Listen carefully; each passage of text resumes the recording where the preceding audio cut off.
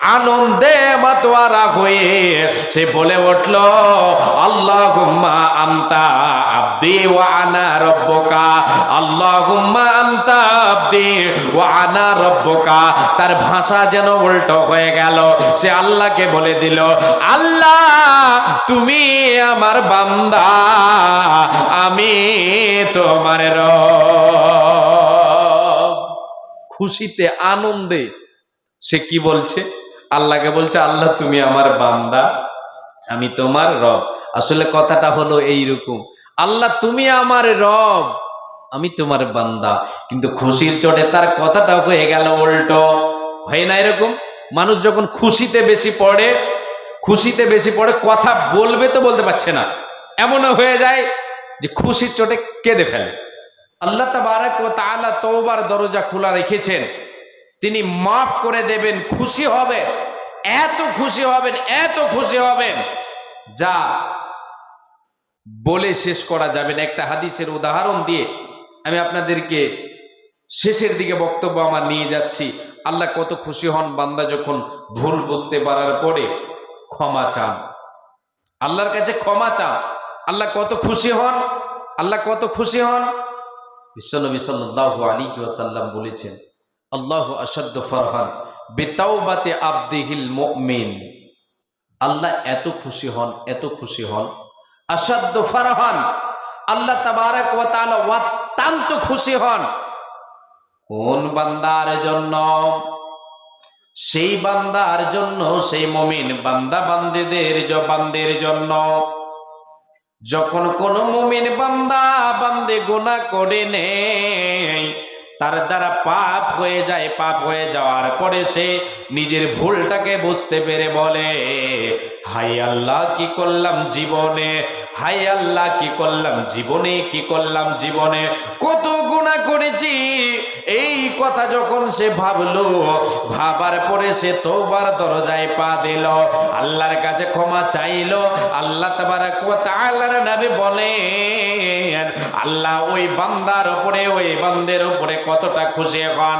বিশ্বনবী একটা উদাহরণ দিয়ে বলেছেন যে একজন ব্যক্তি, একজন মুসাফির, সে সফরে বেরিয়েছে পানি খাবার নিয়ে, পানি নিয়ে সওয়ার হয়েছেন ঘোড়ার পিঠে, উটের পিঠে সওয়ার হয়ে সে মরুভূমিতে চলেছে। এমন এক সফরের পথের প্রতীক হয়েছে যে সফর লম্বা চওড়া একটা মরুভূমিতে সে যেতে শুরু করেছে। যেতে যেতে যেতে যেতে যেতে বহুদূর যাওয়ার পরে, মরুভূমির রাস্তা পাড়ি দিতে দিতে দিতে বহুদূর যাওয়ার পরে ক্লান্ত হয়েছে। ক্লান্ত শ্রান্ত হওয়ার পরে সে একটা গাছের তলায়, গাছের নিকটে তার উটকে বেঁধে দিয়ে, তার সওয়ারিকে, তার ঘোড়াকে বেঁধে দিল। বেঁধে দেওয়ার পরে সেই উটের পিঠে খাবার পানি সব কিছু আছে। এমন সময় সে গাছের তলায় সে কি করলো, একটু আরামের জন্য বসলো, আরামের জন্য বসলো। ক্লান্ত শ্রান্ত মানুষ, ঘুম চলে আসলো, ঘুম চলে আসলো। ঘুম থেকে জেগে দেখে তার উট নেই, পানি নেই, খাবার নেই। হতাশ হয়ে গেল, নিরুপায়। চতুর্দিকে সে খুঁজে দেখলো, হেঁটে দেখলো, বেরিয়ে দেখলো, চতুর্দিকে খোঁজাখুঁজি করার পরে পেল না, পেল না। কোথায় গায়েব হয়ে গেছে, কোথায় হারিয়ে গেছে। সে নিরাশ হয়ে গেল, সে নয় কি হলো, হতাশ হয়ে গেল। হতাশার হাত ধরে এবার সে আবার সে গাছের তলায় এসে, ওই গাছের তলায় আবার বসে পড়লো। চিন্তায় চিন্তিত অবস্থায় সে বসে, আবার তাকে ঘুম এসে গেল। কেন? হেঁটে হেঁটে ক্লান্ত হয়ে গেছে, তার খাবার পানি ওট খোঁজে খোঁজে ক্লান্ত হয়ে গেছে।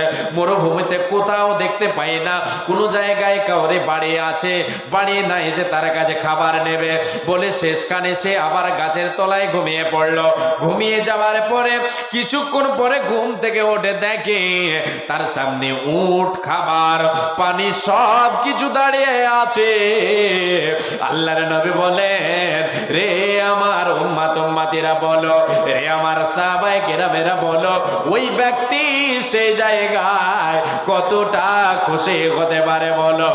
আল্লাহর নবী বলেছেন, সে ব্যক্তি এতটা খুশি হয়ে যায়, খুশির চোটে, খুশির উচ্ছ্বাসে, খুশির চোটে, আনন্দে মাতোয়ারা হয়ে সে বলে উঠল, আল্লাহুম্মা আনতা আবদি ওয়া আনা রব্বুকা, আল্লাহুম্মা আনতা আবদি ওয়া আনা রব্বুকা। তার ভাষা যেন উল্টো হয়ে গেল। সে আল্লাহকে বলে দিল, আল্লাহ তুমি আমার বান্দা, আমি তোমার রব। খুশিতে, আনন্দে সে কি বলছে? আল্লাহকে বলছে, আল্লাহ তুমি আমার বান্দা, আমি তোমার রব। আসলে কথাটা হলো এইরকম, আল্লাহ তুমি আমার রব, আমি তোমার বান্দা। কিন্তু খুশির চোটে তার কথাটা হয়ে গেল উল্টো। হয় না এরকম? মানুষ যখন খুশিতে বেশি পড়ে, খুশিতে বেশি পড়ে, কথা বলবে তো বলতে পারছে না, এমনও হয়ে যায় যে খুশির চোটে কেঁদে ফেলে। কেঁদে ফেলে না? ভাষা উল্টো পাল্টো হয়ে যায়। নবীজি বলেন, উম্মতিরা রে বল, রে বল, আল্লাহর বান্দা সে খুশির চোটে তার ভাষা উল্টো হয়ে গেল। মানে সে খুশির শেষ পর্যায়ে পৌঁছেছে, সেই জায়গায় সে তার উট পানি খাবার ফিরে পেল। বলো রে, তোমরা বলো, এর চাইতে খুশি আর কি হতে পারে? সাহাবায়ে কিরামেরা বললেন, ওগো দয়ার রাসূল, এর চাইতে খুশি আর দেখতে পাই না।